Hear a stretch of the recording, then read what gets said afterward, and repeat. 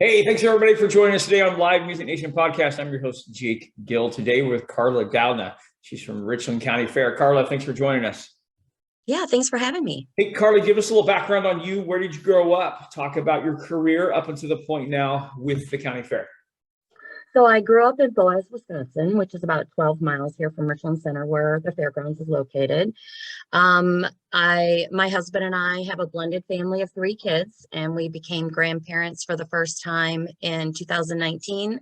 And then we were blessed again last year with another grandson. So you haven't retired yet?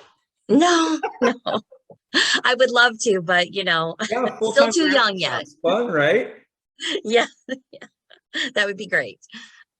So yeah, my career has been kind of a mix of items. So I moved away. I graduated in 1987 from Richland Center, and moved away for about 12 years and worked a variety of different job entities, medical facilities, and just like staffing, recruiting, things like that.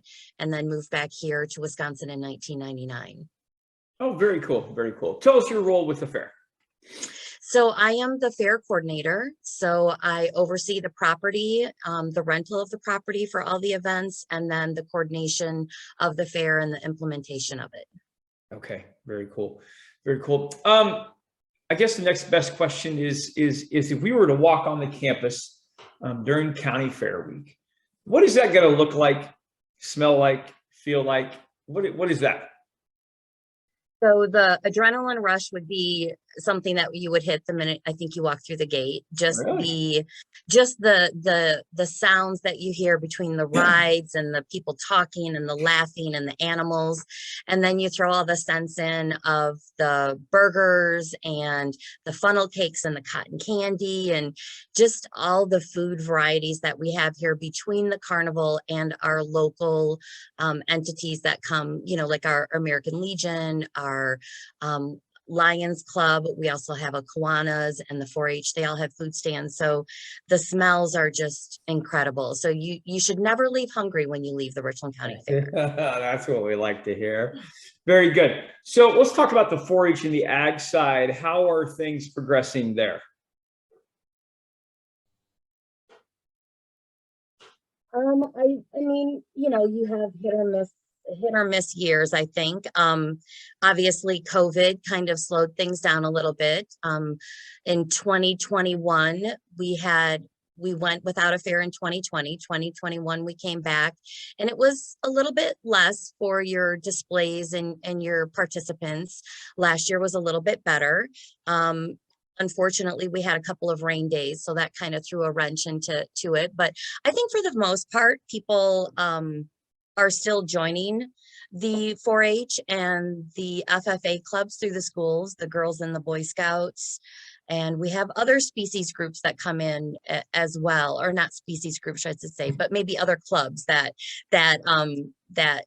show here at the fair. So I think we're on the wrong podcast. Should be Alien Invasion. This is great. Yeah. Hey, you never know, I guess, right? You never know. You never know. But you do see the trend. It is trending back up. In talking with a number of different fairs, we've seen that as the ag side had dwindled for a little while. Actually, after COVID, there was an uptick in urban families becoming more interested in self-reliance, and a lot of kiddos learned new activities and hobbies and crafts at home, and they saw that manifest as a progressive as well. So that's good. Do you guys have you mentioned food, of course. Do you guys have a carnival? Do you have other entertainment events? How's that look?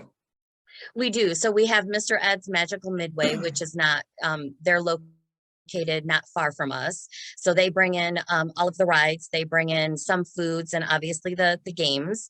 And then we have your harness racing, truck and tractor pull, maybe a band, we have a demo, and then we have a lot of free kids entertainment. So we have the Kinshai pedal pull, we might have Nick's kids show, or we have a guy that comes from Illinois who is absolutely wonderful with balloon art and makes life-size balloon art. So we've had him here the last few years, and boy, I tell you, he's sweating at the end of his 8 hours because those kids make him work because they want everything he can possibly make. That's funny, man. That's great. Fantastic. Carla, for you as a Fair Board employee, a lot of work goes in to not only Fair Week, but the weeks before and after. What are the moments that you remember the most that kind of give you that aha moment, that reward inside that you're doing what you're supposed to be doing on this earth?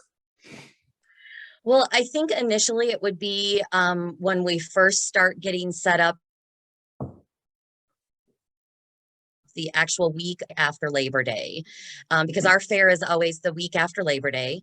And when everybody starts arriving and things start coming in, and then I think at the end, which would be Sunday night at say 7 o'clock, and you're looking around and almost everybody's gone, including the carnival. We shut down typically at 4. So within 3 hours, this can become kind of a ghost town again. And you're just like, dang, we did it. Yeah. We made it. It was great. And people were smiling and laughing and maybe shedding tears on occasion. But for the most part, it was a great, great fair. And that happens every year. We always have stumbling blocks, but at the end, we always pull through. We always work through as a team. And actually, we had 3 years with flooding since I've been here, since I joined this department in 2015. And it really warms my heart to see how families and 4-H groups and schools and just the community as a whole pulls together to get everything where we need it to be to make the fair happen for the kids and the community. Yeah, no, that makes a lot of sense. Okay, so let's have fun for a little bit. We had some serious conversation, Carla, because I am a live music entertainment guy. I got to know 2 things in every interview I do. What is the best concert you've ever seen your entire life? Well, I'm an 80s hair band girl, so I would have to say Def Leppard that I saw in the 80s, actually. So yeah. All right, very good, very good. If you could bring one act to the Richland County Fair, dead or alive, money not an issue, who would you bring? Oh goodness. Well, obviously I would like to see Def Leppard, but I think for the area, I would think maybe Luke Bryant would be great, or even I think Kane Brown maybe would be a good option to bring as well. He's kind of up and coming, so that would be a nice change. Nope, that would definitely make it worthwhile for sure. Very good. Carla, how do people find out more about the Richland County Fair if they're making their plans for this summer and they want to travel through and visit? So they can either call the office here, which is 608-647-6859, or they can Google Richland County Fairgrounds, Wisconsin. And I really stress the word Wisconsin because there are other Richland County Fairgrounds throughout the United States. And that can take you either to our Facebook page or our website. And then you can kind of go from there. But the phone number is always the quickest and easiest. Perfect. Thank you very much for being in the office today, Carla. Yeah, thank you. I appreciate your time. Well, baby, I'm on it with a bottle of